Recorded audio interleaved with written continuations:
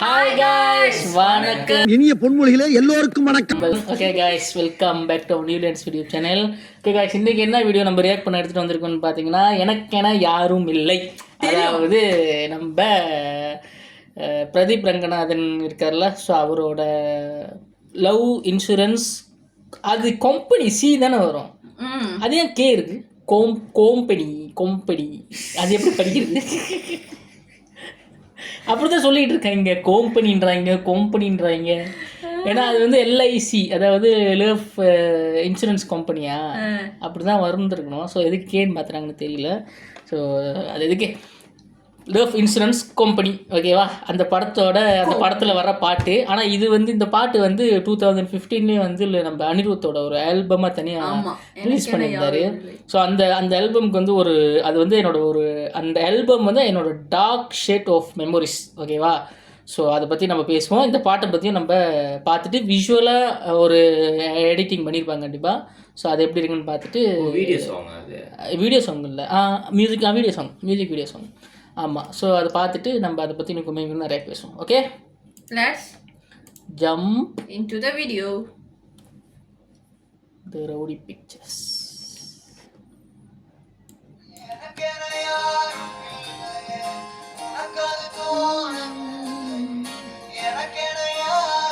ஒரு பிரேக்கப் போகலாம் அப்படிதான் நினைக்கிறேன்.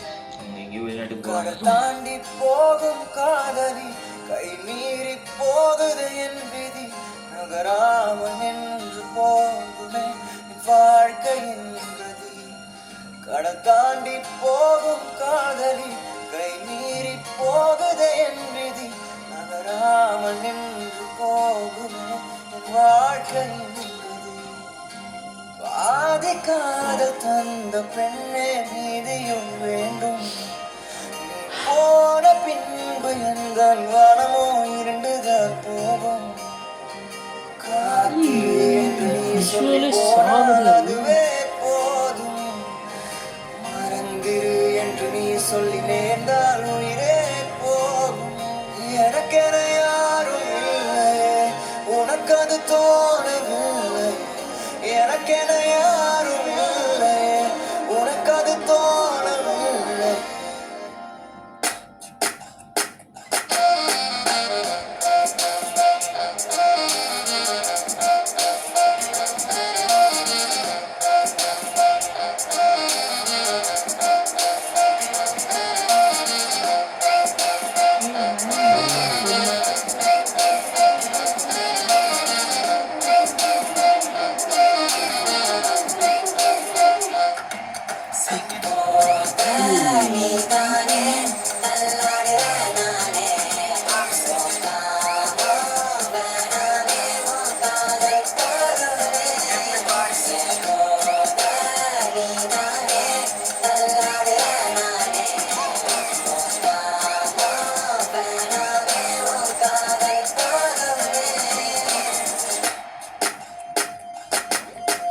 தாண்டி போகும் காதலி கை மீறி போகுது என் விதி, நகராமல் நின்று போகுமே வாழ்க்கையின் கதி.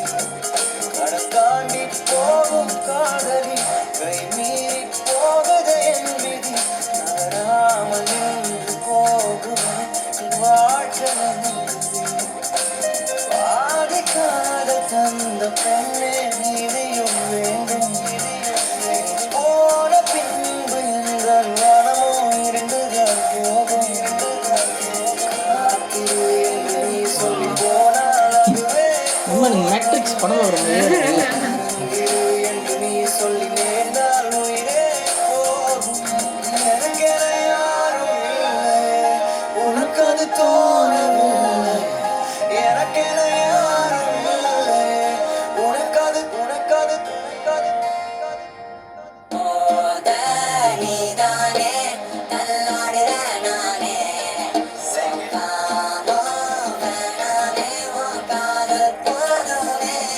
I'm saying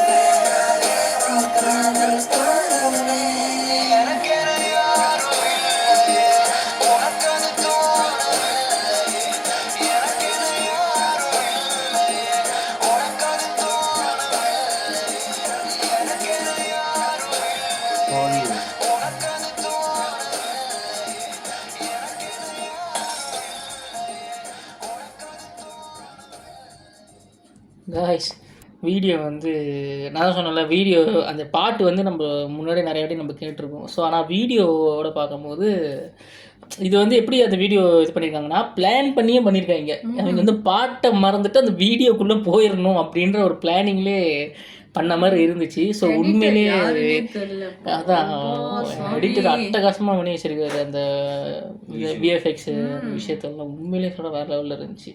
எனக்கு அந்த இதுதான் ரொம்ப பிடிச்சிருந்துச்சு. அந்த வெள்ளை அந்த ஹீரோயின் தொட்டவன பறந்து அது ஜோக்காக இருந்துச்சு. விக்னேஷ் சிவன் இந்த படத்தில் வந்து புதுசாக என்ன பண்ணி வச்சிருக்காருன்னு தெரியல. இன்னொன்று இந்த படத்துக்கு இன்னொன்று எக்ஸைட்மெண்ட் இந்த படத்து காரணம் என்ன தெரியுமா? இந்த படம் முழுக்க முழுக்க மலேசியாவில் தான் எடுத்திருக்காங்க. அது தெரியும். அதாவது 2040 நடக்கிற கதை 2040 இந்தியா வந்து இப்படி தான் இருக்குமா, அதாவது தமிழ்நாடு இப்படி தான் இருக்குமா, அந்த ஒரு கிரியேட்டிவ்ல வீட்டில் பண்ணியிருக்காங்க. இதோட டீசர் ஒன்று ரிலீஸ் பண்ணாங்க இதுக்கு முன்னாடி. டீசராக கிளிம்ஸாக தெரில. அதில் வந்து நம்ம புக்கெட் பின்தாங்க இருக்குது தெரியுமா, அந்த இடத்த அப்படியே அந்த ட்ரெயின் போகிறது இருக்குல்ல, அந்த ட்ரெயின் போகிற இடத்துல அந்த புக்கெட் பின்தாங்க அந்த இடத்த வந்து மெட்ரோ அந்த இடத்த வந்து என்னமோ அங்கே 2030-40 சிஎம்மாக இருக்காரு அப்படின்ற மாதிரி போட்டு அப்புறம் சம்திங் என்னென்னமோ போட்டிருந்தாங்க. நம்ம தமிழ்நாடு என்னமோலாம் அதில் இருந்துச்சு. ஸோ ஃபுல் அண்ட் ஃபுல் மலேசியாவில் எடுத்துக்காங்க. மலேசியாவை இந்தியாவை எப்படி காட்டியிருக்காங்க அப்படின்னு ஒரு ஆர்வம் எனக்கு இருக்குது, எப்படி காட்டியிருக்காங்கன்னு சொல்லி. ஸோ பார்ப்போம். இன்னொன்று நம்ம ஹேட்ரிக் நாயகன், அதாவது நம்ம பிரதீப் ரங்கநாதன், அவர் வந்து இதோட இந்த படம் எனக்கு தெரியல, இந்த படம் 100 கோடி அடிக்குமான்னு தெரில. ஏன்னா இந்த படத்தோட பட்ஜெட் 125 கோடி செலவு பண்ணியிருக்காங்க இந்த படத்துக்கு. விஎஃப்எக்ஸ் மட்டும் எத்தனையோ கோடி செலவு பண்ணுறாங்கன்னு சொல்லிட்டு இருக்காங்க. பட் கன்ஃபார்மாக தெரியல. அப்படி இந்த படம் 125 கோடியாக இருந்தால் மேக்ஸிமம் இந்த படம் வந்து ஒரு 180 கோடி வச்சு கலெக்ட் பண்ணணும். கலெக்ட் பண்ணால் தான் ப்ரொடியூசருக்கு பெரிய லாபம் கிடைக்கும். ப்ரொடியூசர் யாருன்னா நம்ம லலித், லியோ படம் எடுத்த ப்ரொடியூசர். நயன்தாரா 2 பேரும் 2 ப்ரொடியூசர். இல்லை இதோ இவர் தான் 1வது ப்ரொடியூசர். அதுக்கப்புறம் தான் நயன்தாரா வந்து இந்த படத்தில் வந்து ஜாயின் ஆனாங்க. படம் எப்படி வந்திருக்கு அப்படின்னு சொல்லி எனக்கு உண்மையிலே இந்த படம் பார்க்குறது எனக்கு உண்மையிலே எக்ஸைட்டிங்காக இருக்குது. இன்னொன்று என்னென்னா ஒரு இப்போ வந்து இப்போ பிரதீப் ரங்கநாதன் ஒரு ஸ்டாருன்னு சொல்கிறதில் நம்ம வந்து எந்த ஒரு இதுவும் பண்ண வேணாம்னு நினைக்கிறேன். ஸோ உண்மையிலே ஒரு ஸ்டார், அதாவது ஒரு க்ரௌட் புல்லிங் ஒரு ஆளாக அவர் வந்து மாறி இருக்காரு.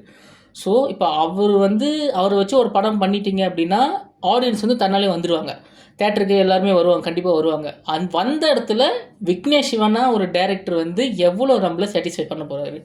அப்படி சாட்டிஸ்ஃபை பண்ணிட்டாரு அப்படின்னா ஒரு புது விஷயத்தை அவர் இந்த படத்தில் காட்டிட்டாருன்னா ஐ திங்க் இந்த படம் வந்து எங்கேயோ போயிடும். இந்த பாட்டுக்கு வருவோம். ஓகேவா, ஒரு டார்க் ஷேட கேளுங்க.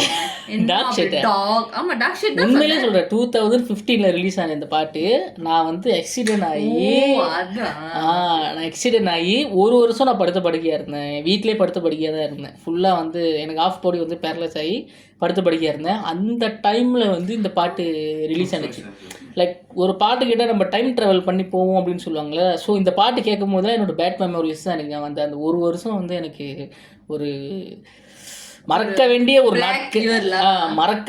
நாட்கள், ஆனால் மறக்க முடியாத ஒரு நாட்களாகவும் இருக்குது. இந்த பாட்டு கேட்கும்போது ரொம்ப இம்பேக்டாக இருக்குது. ஏன்னா அந்த டைமில் வந்து நானும் அப்பாவும் போய் ஆக்சிடென்ட் ஆகி அப்பா இறந்துட்டாங்க. ஸோ அப்பா இல்லாத ஒரு குடும்பம். அட் த சேம் டைம் எனக்கு வந்து கால் போய் ஹாஃப் பாடி பேரலைஸ் ஆகி நான் ஒரு வருஷம் படுத்த படுக்கையாக இருந்த காலகட்டம். அந்த டைமில் இந்த பாட்டு வந்து செம்ம வைரல். சும்மா காதல் கேட்டுகிட்டே இருக்கும். அப்போ கேட்கும்போது நல்லா இருந்துச்சு. ஆனால் இப்போ திருப்பி அது கேட்கும்போது அந்த மெமரிஸ்லாம் வரும்போது அப்பா வேணாண்டா அந்த பாட்டு நான் இப்போது வீடியோக்காக தான் இந்த பாட்டு நான் கேட்குறேன். ஸோ மற்றபடி இந்த பாட்டை நான் திரும்பி கேட்க மாட்டேன். ஏன்னா அது ஒரு மாதிரி டிஸ்டர்ப் பண்ணிக்கிட்டே இருக்கும். 2015 இந்த பாட்டு கேட்கும்போது எப்படி நான் இல்லைங்க. ஆக்சுவலி நான் அப்போல்லாம் வந்துட்டு நான் அந்த பாட்டு வந்துச்சு நான் கேட்டேன் அவ்வளோதான். பிகாஸ் நான் 2015 அப்போ எனக்கு வந்து 14 வயசு. அப்போ ஃபுல்லாகவே கையில் ஃபோன் இருக்காது, எதுவுமே இருக்காதா. ஸோ இது நார்மலாக இந்த மாதிரி பாட்டெலாம் காடியில் போகும்போது கேட்குறதோட அப்படியே ஸ்டாப் போட்டேன். ஸோ அந்த அளவுக்கு பெரிய மெமரிஸ் எதுவுமே இல்லை. ஐ மீன் ஒரு ஃப்ளாஷ்பேக் ஸ்டோரியாலாம் ஒன்றுமே இல்லை, நார்மல் தான். ஆனால் இந்த பாட்டை வந்து எப்படின்னா நம்மளுக்கு அந்த பாட்டு தெரியும். பட் ஆனால் இந்த வீடியோஸ் நம்ம அதை பார்க்கும்போது நம்ம அந்த பாட்டுக்காக பார்க்குறோம்ல இந்த வீடியோ. ஏன்னா அந்த எடிட்டிங் அப்படி எப்படி சொல்றது, அடுத்தது என்ன எனக்கு மைண்ட் எப்படி போடுனா அடுத்து என்ன எடிட் பண்ணியிருப்பாங்க, இப்போ இதுவே இப்படி இருக்குன்னா அடுத்த விஷயம் எப்படி எடுத்திருப்பாங்க, நான் அதில் ஃபோக்கஸ் பண்ணிட்டு இருந்தேன். ஆனால் எனக்கு விக்னேஷ் சிவன் படம் ரொம்ப பிடிக்கும். எனக்கு இந்த போடா போடி மை ஃபேவரட். எனக்கு அது ரொம்ப பிடிக்கும். கணக்கு எல்லாமே பார்ப்பேன். ஸோ எனக்கு பார்க்கும்போது சொல்ல முடியும் அடுத்தது என்ன இந்த டயலாக் எப்படி தெரியும் அப்படி டிட்டுவா பேச எனக்கு ரொம்ப பிடிக்கும் விக்னேஷ் சிவனோட அந்த அது அவரோட டெபியூட் ஃபிலிம். ஸோ எனக்கு அது ரொம்ப பிடிக்கும். ஸோ அதனால வெயிட்டிங். பிரதீப் ரங்கநாதன் சொல்லவே வேணாம், எல்லா கேர்ள்ஸுக்குமே ஒரு சாக்லேட் பாய். ஓகே, எல்லாருக்கும் பிடிக்கும். ஸோ அதுவும் waiting. Keerthy Shetty of course cutie, அது எல்லா ஆம்பளைங்களுக்கும் பிடிக்கும். ஸோ அவங்களும் எனக்கு பிடிக்கும். அவங்க ஒரு chocolate girl, white chocolate girl. கூச்சமே இல்லை. நீங்க பிரதீப் ரங்கநாதன் புகழும் தான், நான் கீர்த்தி ஷெட்டியை புகழும்ல. வாழ்க்கையில முதல் முறையா சாக்லேட் கேர்ள் இப்பதான் நான் கேள்விப்படுறேன். White chocolate girl. அப்புறம் கீர்த்தி ஷெட்டி பிடிக்கும். முன்னாடி ஆக்சுவலி உண்மையா சொல்லணும், அவங்களுக்கு வந்து எங்களோட வயசு குறைவுங்க. ஆமா, 2 வயசு குறைவு. எனக்கு அவங்க ஸ்டார்டிங்ல 2 வயசு குறைவு. என்னன்னாங்க, இதை நான் வந்து ஸ்கூல் டைம், நான் இந்த பாட்டு வெளியாகும் போது நான் இப்போ ஸ்கூல் படிச்சிருந்தேன். ஸோ அந்த காலகட்டத்தில் வந்து பார்த்தீங்கன்னா ஃபோன் வந்து அவ்வளோ யூஸ் பண்ண மாட்டோம். பட் ஃபோன் யூஸ் பண்ணி அந்த பாட்டு கேட்கும்போது வைரல் நம்மளுக்கு தெரியும். பட் ஃபோன் நம்மளுக்கிட்ட இல்லை, ஸ்கூல் படிக்கிற பையனுங்க. அப்போ நாங்கள் ரொம்ப சின்ன வயசு, 14 வயசு தான். ஸோ அப்போ வந்து ஃபோனை நாங்கள் யூஸ் பண்ண மாட்டோம். பட் அந்த ஒரு கட்டமே வந்து அந்த ஒரு பாட்டு வந்து எங்கள் காதில் ஒலிக்கும். லைக் எல்லாரும் பாடுவாங்க. அப்புறம் வந்துட்டு என்னடா போக போக என்ன ரொம்ப இதாக இருக்குது. அப்புறம் வந்து நாங்கள் இன்டர்நெட் யூஸ் பண்ணால் கூட இங்கே வந்து கம்ப்யூட்டர் சென்டர்னு சொல்லிட்டு ஒன்று இருக்கும். அங்கே தான் நாங்கள் போவோம். அங்கே போனால் அங்கேயும் கேட்டுட்டு இருப்பாங்க. பாடம் விஷயமா செய்யணும்னு சொல்லிட்டு போனால் அங்கே அந்த பாட்டு வரும். அப்படியே நம்மளும் வந்து அப்புறம் ஸ்கூல் டைமில் வந்து அதுக்கு ஒரு கிளாஸ் இருக்கும், கம்ப்யூட்டர் கிளாஸ். அங்கேயும் இந்த பாட்டை கேட்பாங்க. ஸோ நமக்கு வந்து இந்த ஹெட்ஃபோனை கடை வாங்கி நம்ம வந்து கேட்போம் அந்த பாட்டை. எனக்கு என்னோட அந்த ஜேர்னியில் வந்து நிறைய பாட்டு எனக்கு பிடிக்கும்ல. அதில் வந்து one of the best song எனக்கு இதுதான், எனக்கு ரொம்ப பிடிக்கும். ஆக்சுவலி இந்த பாட்டு வந்து ஒரு சில பாட்டு நம்ம நல்லா பாடுவோன்னு இருக்கும்ல, இந்த பாட்டு தான்டா ஸ்பெசிஃபிக்காக நான் நல்லா பாடுவேன். அதில் ஒரு பாட்டு எனக்கு இதுதான். இந்த பாட்டை தான் நான் போய் காலேஜில் போய் பாடினேன். நிறைய கிளாப்ஸ் நான் வாங்கியிருக்கேன் இந்த பாட்டு பாடி. எனக்கு இந்த பாட்டு ரொம்ப பிடிக்கும், ரொம்ப ஸ்பெஷல் இந்த பாட்டு எனக்கு. பட் அதை வந்து ஒரு 10 வருஷமா 11 வருஷம் ஆச்சு. 2026 10 வருஷம் 10 to 11 இயர்ஸ்க்கு அப்புறம் அதே பாட்டை இப்போ கேட்கும் போது எனக்கு இவர் சொன்ன மாதிரியே எனக்கு அந்த மெமரிஸ்லாம் வந்துட்டு அப்படியே வருது. என்னை மறுபடியும் அங்கே கொண்டு போகுது. அந்த ஸ்கூல் டைம், அப்புறம் இந்த ஐசிடி அந்த கம்ப்யூட்டர் கிளாஸு, ஸ்கூல் டைம், அப்புறம் வந்து என்னோட காலேஜில் நான் போய் பாடினது, எனக்கு இதெல்லாம் வந்து அந்த மெமரிஸ்லாம் எனக்கு கிடைக்கிது. அதுவும் இப்போ விஷுவலாக பார்க்கும்போது நீங்கள் பார்த்தீங்கன்னா எடுத்தும் கவுத்துன்னு சொல்லிட்டு அவங்க எடுத்து காட்டல அந்த பாட்டை. அந்த ஒரு பாட்டுக்கு வந்து என்ன ஃபீல், அது ஆடியன்ஸ் பார்க்கும்போது என்ன ஃபீல் வந்து அவங்களுக்கு கொண்டு போய் சேரணுமோ அதுக்கேற்ற மாதிரி எடிட்டிங் ஒர்க்ஸு, விஷுவல்ஸு, அப்புறம் அந்த ஸ்டெப்பு நீங்கள் கூட பார்த்தீங்கன்னா கூட யூனிக்காக இருந்துச்சு. அந்த தலையாட்டிக்கிட்டு போதனிதான் அதெல்லாம் ரொம்ப நல்லா இருந்துச்சு. எனக்கு ரொம்ப பிடிச்சிருக்கு இந்த பாட்டு. அடுத்த படத்துக்காக தான் வெயிட் பண்ணணும். படம் கூட ஆப்வியஸ்லி எல்லா படமும் பார்த்துருப்போம். ஒரு படத்தில் வந்துட்டு ஒரு சேம் யூனிக்கான ஒரு விஷயங்கள் இருக்கும். பட் டீசர் பார்த்த வரைக்கும் இது வந்து இவர் சொன்ன மாதிரி 2040 நடக்கிற ஒரு கதை மாதிரி பண்ணாங்க. அது மெலிஷாவில் செய்யும் போது எனக்கு ரொம்ப எக்ஸைட்டடாக இருக்குது. எப்படா மெலிஷா வந்து இந்தியாவை காட்டியிருக்காங்க அப்படின்னு. ஸோ படம் பார்ப்போம் எப்போ. ஆனால் எப்போ வெளியாதுன்னு சொல்லல இன்னும். மேபி ப்ரொடக்ஷன் சைட்டு இந்த ஒரு அப்டேட்டும் இல்லை. மார்ச் ஏப்ரல்ல சம்திங் அந்த மாதிரி டைமில் ரிலீஸ் பண்ணிடுவாங்கன்னு நினைக்கிறேன். அதான் ரொம்ப லேட் பண்ணாதீங்க, சீக்கிரம். ஏன்னா இந்த படம் வந்து நிறைய டேட் வந்து தள்ளி போயிடுச்சு. ஒரு 3 நாள் ஆக்சுவலி லாஸ்ட் இயர் வெளியாக வேண்டியது. ஏன்னா பிரதீப் ரங்கநாதன் சாரோட ஒரே நேரத்தில் 2 படம் வெளியாகும். இந்த படமும் டியூட் படமும் அன்ஃபார்ச்சுனேட்லி ரிலீஸ் ஆகலை. மேபி எடிட்டிங் ஒர்க்ஸ் அப்படின்னு நினைக்கிறேன். சொல்லி ஓகேவா. ஸோ படத்தை ஃபுல்லாக பார்த்துட்டதுக்கு அப்புறம் இதுலேயே வச்சு என்ன தெரியுது உங்களுக்கு எல்லாத்துக்கும் இந்த பாட்டில் ஃப்ளாஷ்பேக் இருக்கு. ஒரு ஃப்ளாஷ்பேக்கும் இல்லாமல் ஜஸ்ட் ரேடியோவில் போகும்போது கேட்டது தான் நான் இதெல்லாம் உட்காந்துட்டு இருக்கேன். அப்போல்லாம் பழமாக இருந்துட்டேங்க, நான் ஒன்றும் தெரில. ஆமாம், வட்டமாக பெருசாக குண்டா என்ன பழம்? நீ வாட்டர் மெலன் மாதிரி இருந்தியா இல்லை வந்து ஆப்பிள் பழம் மாதிரி இருந்தியா? வெட்டிடுவேன், கட் பண்ணிடு. ஓகே காய்ஸ், நாங்கள் உங்கள் அடுத்த வீடியோ சந்திக்கிறோம். until then bye from our New Lens YouTube channel. Bye. பாய். வெங்காயம், பழம், பழம், பழம்.